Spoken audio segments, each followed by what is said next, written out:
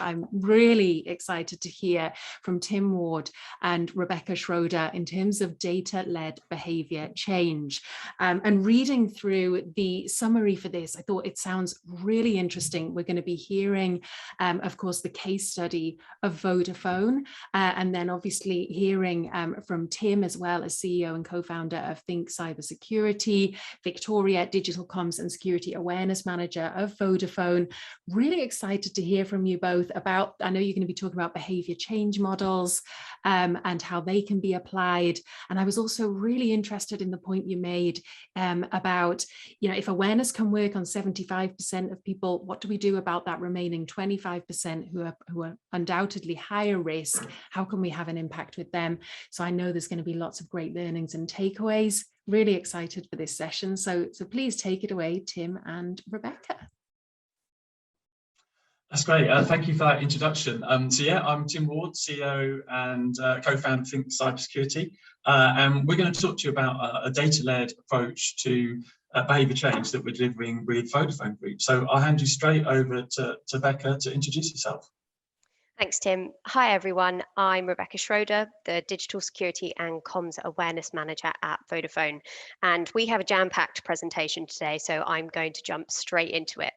So today, I'm going to share with you how you can better exploit and understand the data you already have in your business, and how to design and select the tactical activities that you need to support your security culture change strategies. So tactical applications need to be well designed, targeted, and delivered to the appropriate audience to allow you to drive change. But in order to get the tactical application right, it's not just about collecting data. It's about making sense of your data. And even more than that, it's about being able to communicate your findings and analysis to your senior stakeholders to ensure that you have their understanding and support. So what I want to go through today is a high-level overview of 3 data analytics projects that we explored last year, and then look at how we made sense of the information that we gained, what insights did we elicit from them, and which models did we use to explain the security behaviours that we saw within the company. I'm then going to hand over to Tim, and he's going to talk through one of the tactical applications that we're using, which is red flags. I'm then going to bring all of this information together and show you how you can apply some of our learnings to your organisation. So in 2020, we ran 3 separate data analytics projects. And in the interest of time today, I'm not going to go into the details of planning these 3 projects.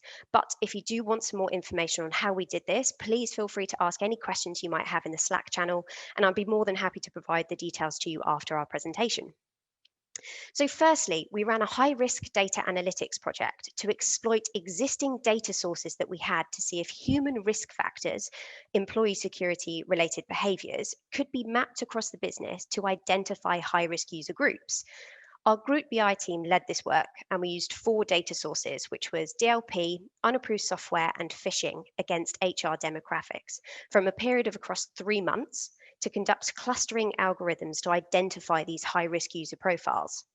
Combining several data sources essentially meant that the overall risk score was more representative of the collective risk that an employee creates. Users weren't chosen to be included in this project, more they were identified by triggering one or more of these dataset alerts. 4,600 employees were identified in our project, and 31 of these presented as high risk. In order to gain approval from a privacy perspective, which I know has been talked about in quite a few of these chats already this morning, our data was pseudonymized, and the identity of the employees wasn't known, only their banding and the team were visible. And the value of this project was to find the patterns and the clusters of risk across the business. Secondly, we did a quarterly baseline report, and so we took data from an even wider variety of sources for this, including investigations, speak up, data loss, phishing, and also physical security when people were primarily working from inside our office spaces. And the value of doing this with a wide data set enabled us to measure the overall health of our security culture by gaining historical trends and comparable understanding from across the business.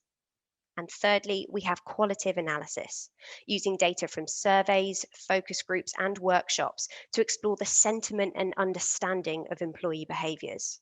And doing qualitative analysis allowed us to uncover some security myths, which we saw can impact security behaviours.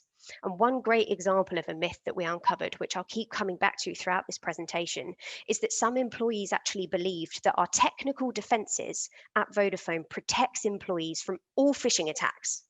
And as a result, we saw that they took less care when receiving emails or being suspicious of potentially malicious links or attachments.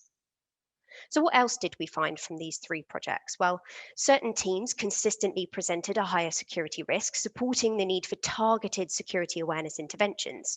Different age groups presented different security risks to the business. For instance, those aged 46 and above presented a higher risk for using unapproved apps. And those who'd worked in Vodafone for over 10 years were also more likely to generate one risk. One of the most eye-opening insights was that less than 1% of users actually triggered 88% of the unapproved app alerts. And Vodafone's a global organization, and we found that global trends demonstrated that some local markets focused more heavily on one aspect of security behaviors than another. So, for example, in Italy, their willingness to wear and display their ID badges was far better than that of the UK offices. One very positive outcome from the quarterly baseline report demonstrated the effectiveness of our security campaigns. We actually had a 700% increase in looking at an internal website after one of our campaigns, showing the efficacy of our work. And the graph on the right-hand side represents one team within Vodafone, not the whole employee base. And we ran a phishing simulation with this team, and then afterwards we ran a workshop and a survey with them. And we found out from this particular team that 60% of them believed that they had never received a phishing email, when 100% of them had all received one sent from us just the month before. And so the myth I mentioned earlier on about Vodafone's defenses being trusted to block all phishing emails was believed in this team by almost 1 in 4 people. Now, this isn't representative of Vodafone employees generally, but going to individual teams and business areas like this to gain data is invaluable. Similarly, the focus groups provided a really vital opportunity for us to listen to feedback. We uncovered insights on time pressure from engineers and those in more technical roles, and we never would have understood their perceptions like this unless we sat down and had this individual conversation with them. So as you can see, the data analytics provides valuable visibility of human risk factor in Vodafone, and it enables our security awareness team to map high-risk groups across the business in order to design targeted and personalized interventions. Generalized awareness campaigns can be used, but should only be used for more generic risks, such as phishing, which appear to us to be agnostic to role or demographics. The probability of an employee in Vodafone clicking on a malicious link was consistent across the business. So what do we do with this kind of information? Well, I'd like to share one example of a product that we produced as a result. It's on the screen at the moment. And with an increase in phishing attacks last year and understanding these myths around phishing and understanding that any employee was just as likely to click on a phishing link, we were able to leverage support and combat the perception issue of phishing that our technical defenses block all malicious emails by working closely with internal comms and cyber teams to create this effective message, which we sent directly to all of our group employees via email. And we also worked really closely with all of our global security awareness SPOCs to distribute this message in each of the local markets as well, translating it where necessary for employees. And campaigns like this one are particularly impactful. However, one of the key pieces of feedback that we've had from senior leaders across the business is that the data is good, but it doesn't give them enough of the why in what we're doing. And one particular comment from a senior leader has really stuck with me, which is when presented with a dashboard of all this amazing data, including various security aspects, was that it wasn't tangible. He couldn't smell or hear security. So we wanted to be able to demonstrate our clean thinking and create something tangible. And from doing the surveys and focus groups, we had started to understand our employees' perceptions, especially towards different risks and threats. And as we moved on to utilizing the data we had, we used this individual perception model so that we could bracket off the perceptions that needed particular attention and explain why we wanted to influence particular target groups to our senior stakeholders. So this model summarizes how we all mentally chunk up the world each day. And if you look at it from left to right, you'll see how we have a sense of reality about how the world's going to operate. So the reality is, you're going to wake up, you believe that your house is still going to be standing, you grab a shower and you get on with your day. If we move into the next block, you know it's possible that some things might happen. If you've got children, for instance, it's possible that they could wake up sick, or it's possible that your boss might throw you a last-minute fastball and you need to be able to prioritize and manage it. So you have these as possibilities in the back of your minds that you may need to tackle. The impossible bracket's a really interesting one. Let's take people living in earthquake zones, for example. They know that an earthquake could happen, but they believe that it won't that day in order to get on with their lives and to not live in continual fear. Likewise, a lot of people that smoke, they know the dangers. It's like John was just saying in the previous presentation, they know the dangers, but they live in a perception of belief that it won't happen to me, I'm going to stay healthy, and so they carry on smoking. And the final bracket on the right-hand side is fantasy. And sometimes we do this intentionally for escapism. I bet a few of us recently fantasized about our team winning the Euros. Or we could be ill-informed and have a fantasy that what we believe is real, and that's known as a myth. So why is this all relevant? Well, because we realized from our qualitative analysis that many employees had ideas about security that were sat within the wrong bucket. And using this model, we were able to better understand what our employees were thinking and begin to plan how we can move their beliefs and perceptions into a more appropriate box. So here's a couple of examples. The first one's on the screen at the moment, phishing attacks. I know what they are, but I don't think I've ever received one. We needed to educate people in order to move their perception of this into the reality bucket by including things like statistics in campaigns on just how many phishing emails the business receives on average every single month. Passwords. We educated people that accounts do get hacked due to someone using the same password. People believed, I don't believe that my password will be cracked. It's fine. I've never been hacked before. And the last one, fantasy, the myth that I've spoken about, phishing. We're safe. The business blocks all of the phishing emails. This is a myth, and again, needed to be moved into that reality bucket. It is a reality. So we then took the quantitative and the qualitative data and applied it again to a different model, an attitude model adapted from DBM. We did also look at FOGS models, and I know he's on the agenda for later on today, and these provided some really useful understanding for us as well. But this one seemed to explain to our audiences more accurately. So have a look at the simple quadrant. Along the bottom, it's split into individuals that do or don't do a behavior, and the vertical line is those that like the idea of security and those that don't. So what you can see here is we've got 4 different segments, and I'll stress that we understand that the reality is vastly more complex than this, but this model does still have value. So when we reviewed our data, we could place our employees into each of the 4 different segments based on the data collection, and each of these groups needs different types of interventions.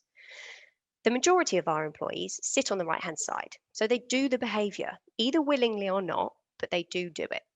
And the left-hand side is where risk is presented.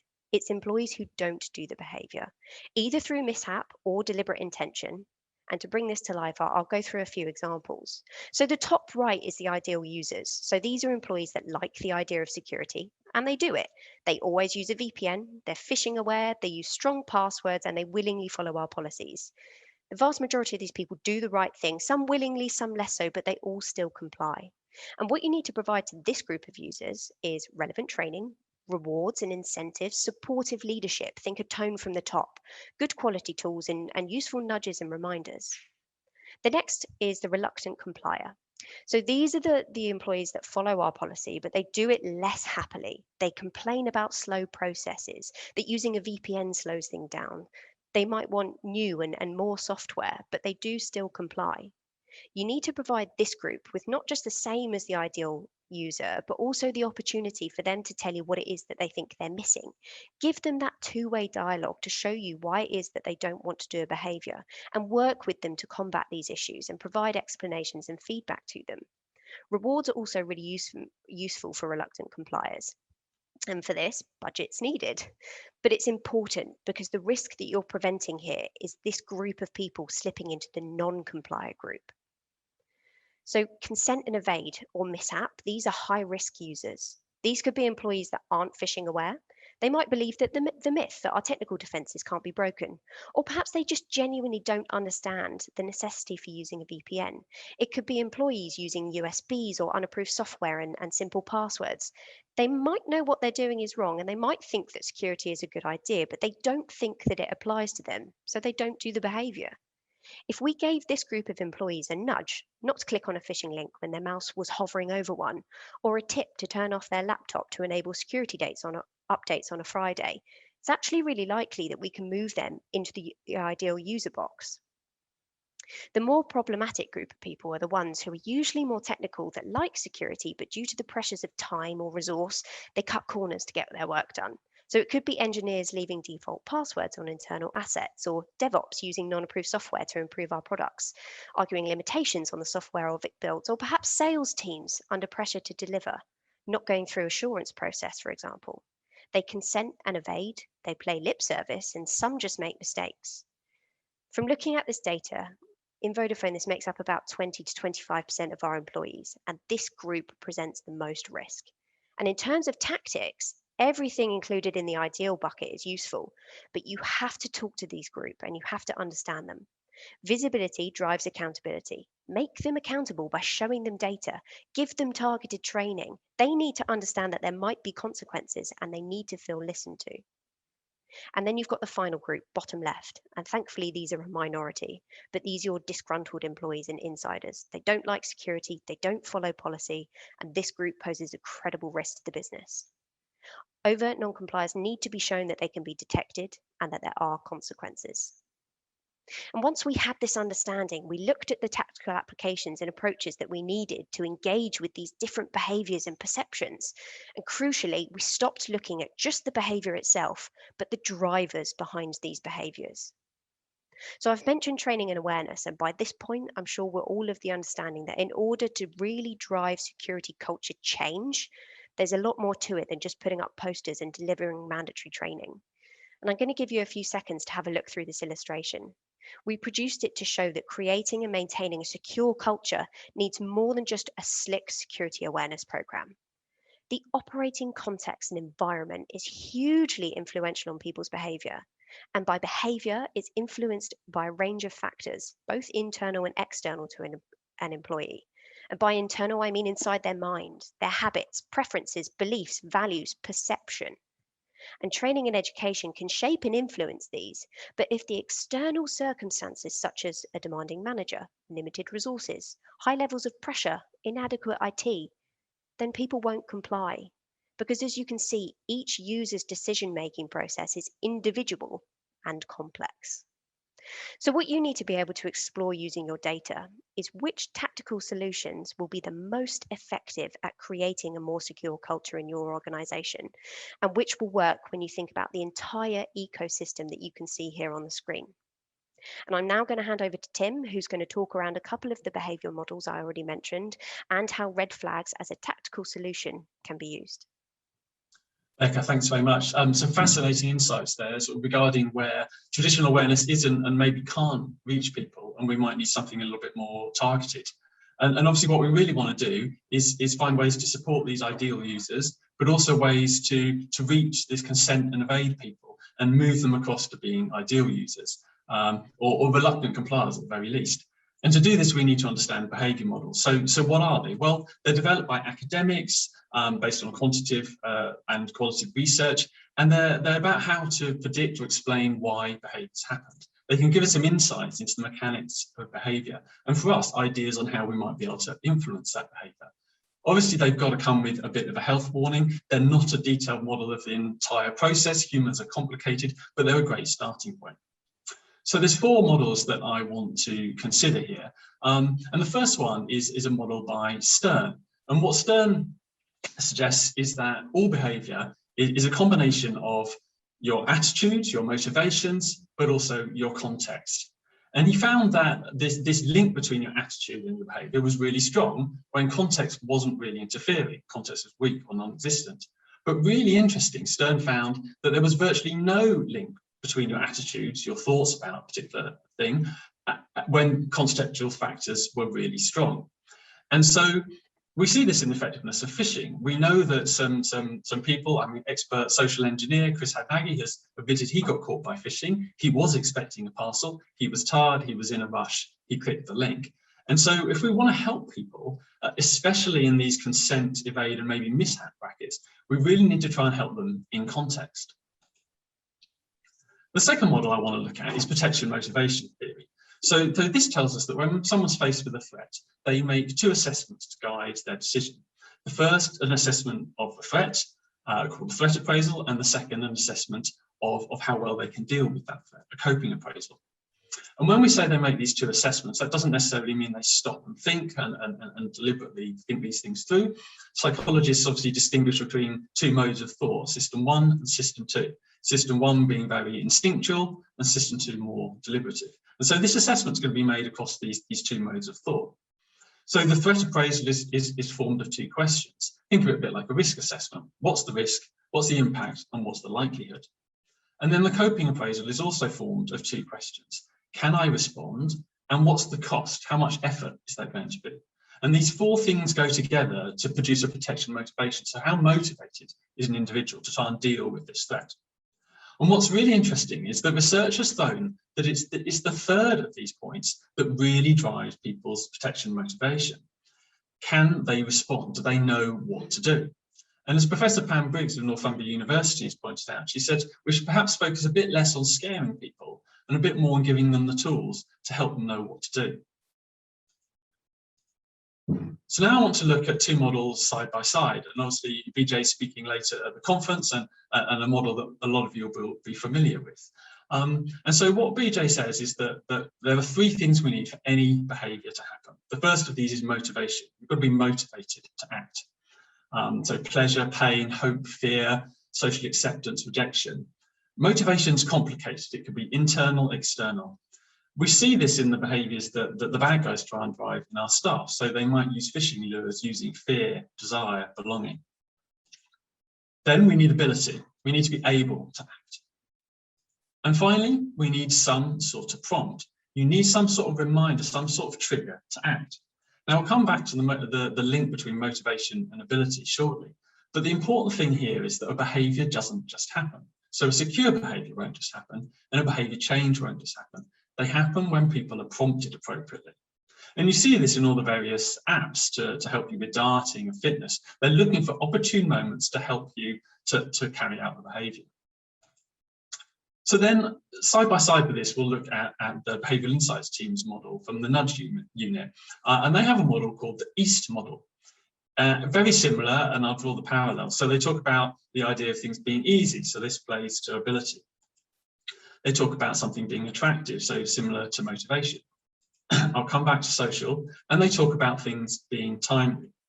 But what's really important with this model is they draw out this social element as a key motivator. And it's related to motivation, obviously. But really, the point here is if you want people to do something, then make them think everyone else is doing it too. So we can pull these things together to create a sort of meta model for change. We want people to be ready, able, and willing. Now, this might trip off the tongue a little bit better with ready, willing, and able, but actually it really matters what order you think about these things in. And what BJ Fogg points out in his books is that people tend to focus on motivation, and particularly in security, we focus on trying to scare people about the threat. But actually, motivation is a really tricky place to start. It's the most difficult lever for change because of its complexity. It can be external, internal, you can have multiple motivators playing at the same time. Much better place to start is with ready, with this prompt. So focus on timeliness. If you can steer behaviour just with a prompt without even having to think about ability and motivation, then you're really onto a winner. So after the prompt, think about ability, helping make things easy, and then think about motivation. So in this model, ready, of course, about these timely prompts, triggers to change. Able is about, can I respond effectively? Do I know what to do? Do I have the skills? And willing is all the aspects of the models that relate to motivation, which includes social proof. Is it attractive? Do I want to do this? Do I understand why I should? And so if we can get all of these things right, we can drive behaviours. Simple, isn't it? Well, obviously it's a little bit more complicated than that. And so there's more insights courtesy of Fogg. Some extra points that are quite important. So he highlights this relationship between people being willing and being able. The point here is that if a behaviour is really easy, then you don't need a lot of motivation. If a behaviour is really hard, you're going to need more motivation. And it's worth looking at the reality of where secure behaviour sits here. And unfortunately, it's probably about here. Now, that's not because people don't want to act securely. They probably do want to, but they don't come to work to do security. They've got a job to do, and sometimes security isn't well aligned with that job. And so we need to think about this unwillingness, and we need to make behaviours easy. And Fogg has this thing called tiny habits, where he tries to focus in on really starting easy when motivation is low and then building up difficulty over time. So using this model, we can look to create a new habit, maybe try and stop an old habit to interfere, and that's where context comes in, or maybe try and swap habits.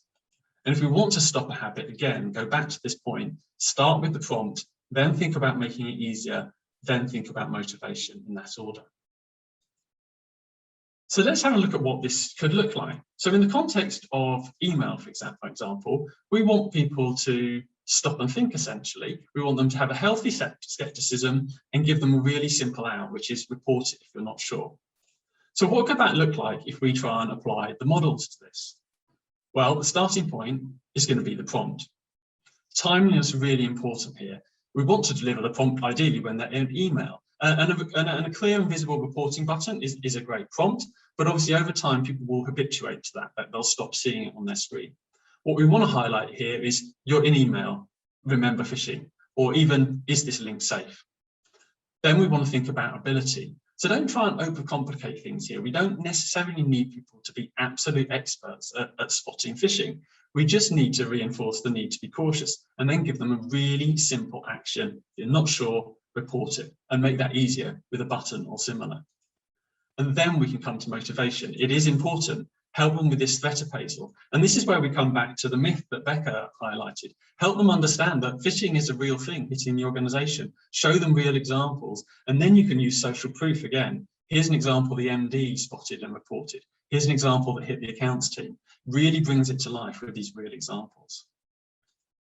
So what could that look like? Well, in some of the work we're working on with Vodafone, we're looking at nudging users as they're about to click a link, highlighting that they need to be cautious. This is known as a coping nudge. We're absolutely timely at the point they're at risk, and then give them the easy action to think about doing. Or another example, make it really easy to report. So here, rather than a button, we have something that's an overlay, which means you can change what it looks like over time. So you avoid habituation. You simply drag and drop the email to report it. Or a little bit more educational, maybe nudge the user from time to time when they're using an email-based application. Even that just reminds them about phishing. But then if they engage with it, show them one of these examples of a real phishing email. And obviously the nudge itself can take advantage of social proof. Examples like, here's an email spotted by the accounts team. Have you reported any? More generally, let's think about how do you apply this model to all sorts of security awareness? Well, let's go back to it. Let's think about the prompt. Timeliness is really important. Clearly, annual awareness is not particularly timely, so we want to think about how we drip feed awareness throughout the year, keep it ongoing and topical. Then we want to make it easy. Make it really easy to access. So bring the awareness straight to the user, make it quick and easy to digest, but then in terms of what you're telling them, really easy, actionable advice. And then again, to motivation, help them with this threat appraisal. As Victoria said in the previous presentation, think about the personal context. People will engage more with something when it's about protecting themselves than protecting your business. Sad, but true. So use those real examples. What does that look like? Well, here's some examples of some stories that we're working on with Vodafone. This is just the front page where we're nudging people and showing them maybe 50 seconds of content. And the final thing, let's look at how we help people in context, going back to Stern's model. So we need to think about some sort of prompt, some sort of easy action and motivation. Maybe when they go to Dropbox, a little nudge to say use approved software. Maybe when they're writing an email, highlighting that they've put too many addresses and we should think about BCC. Maybe when they enter their email address into a browser, a little nudge to say, should you be doing this? Nudges around email, sending to webmail, handling attachments, and even working on social media. So very quickly, I'll try and pull that together and then hand back to Becca. Really important point from the behavior models that behavior takes place in context. So that's where we've got to help people. We need to think about making things, helping them with a prompt, helping them with ability, and helping them with motivation. Annual awareness, clearly not timely. So we've looked at some automated real-time approaches to security awareness. We can't really take a one-size-fits-all approach here. And you obviously won't have as much data necessarily as Vodafone. And so we can think of this in terms of a campaign, and the data you do have, you can use. So even just use your risk register or examples of incidents happening. Let me hand back to Becca. Thanks, Tim. So how can you use this information and apply it to your organization? Well, firstly, you need to have data. Make sure you have both quantitative and qualitative data. This is vital so that you can, secondly, make sense of this data and the information that you've gained. You can identify patterns and trends and incorporate behavior models for deeper insights into your understanding of your security culture as a whole. And use this understanding to select the most appropriate tactical initiatives. It's never going to be a one-size-fits-all approach, but you can prioritize the top risks to your organization to help with your decision-making here. And this is where you need tools like technical nudges, consequences, and CEO visibility. And engage with your stakeholders. Don't just provide them with the data, give them the understanding behind it and enable them to hear and smell security. And finally, ongoing evaluation. Is your approach working? Look back at your data, continually evaluate your risks and priorities in line with your security culture, where it is currently, and also where you're aiming for it to be. Thank you. Great work. Thank you both so much. You've had so many comments, questions, people sharing their thanks on Slack. It was fantastic to sit through that presentation and hear about the case study, hear about the sort of the theory and the work and the knowledge that underpins what you've been doing, and then to understand how that's being applied in practice, and then to have this final takeaway of how other people can apply your approach in their organization is really, really helpful. And I know everybody in the community really appreciates it. So thank you both so much. Really great delivery of a fantastic presentation. And we've had a few questions. So I'll jump in with one first, Oz, and then maybe you could take another. Definitely. So one quick question that we've had through in terms of the initial data analysis that you carried out, and you spoke about that really well and spoke about how important that is. Rebecca, could you just explain a bit more about kind of the process of doing that data analysis and how long it took you, some of the practicalities of that? Yeah, that's a really interesting question, actually. If we're talking about the high risk data project, for instance, that we did, so the first one that I spoke about, we took the data from a period of 3 months, as I mentioned, but it actually took us probably twice as long in order to be able to get to that point where we were engaged with the right people across the business. We had an understanding of who it was going to come from. We had all the approvals from the relevant teams. We worked with legal, privacy, and HR in order to do that. And as I said, you have to make sure that you're either anonymizing or pseudonymizing the data so that you're working in lines with GDPR and utilizing the data in that way as well. So it does take quite a lengthy time to set these things up in comparison to the length of time that we ran ours for, but it's definitely worth it for the outcome that we got. But like I mentioned, if anyone wants any more in detail kind of explanation as to how we went about setting these projects up, then I'm happy to do that offline, as it would probably be a little more than the couple of minutes that we've got left here. I think you'll be taken up on that. It's really valuable. I think you really well, both of you well. This is absolutely brilliant and so good of you to not just share but explain and kind of help people understand that journey that you've been on and what you're doing. Another one for you maybe, Becca, if please. There'll be some people listening who are not necessarily as mature as Vodafone is. This is clearly not where your program started and that project. I guess what I would say is, how long a journey has this been for you in terms of kind of the steps that you've gone through from maybe where some people are, which is just ticking that compliance box, which is an important box to tick, but now to actually really looking at making an impact on risks and being able to demonstrate that you're doing so. How long has that taken? Yeah, I think, you have to look at this in terms of years, and again, it's gonna vary on the level of organization, the kind of how big your organization is, the level of support that you have within that organization. You might be an organization that is the same size as Vodafone, but if you don't have that senior leadership and support, you're not going to be able to get to a point where we are at this point. And I think, you have to take steps in order to get to the data collection point. And if you haven't been able to get to a data collection point, then you're not going to be able to get to a point that we are now in using that data analysis and understanding and applying those models that we spoke about. So I would say it's definitely a matter of years in order to get to the beginning point that you need to for here. But it's definitely a journey that is worth taking slowly, so that you make sure you are getting enough data and analysis to begin this journey that we did on analyzing it properly.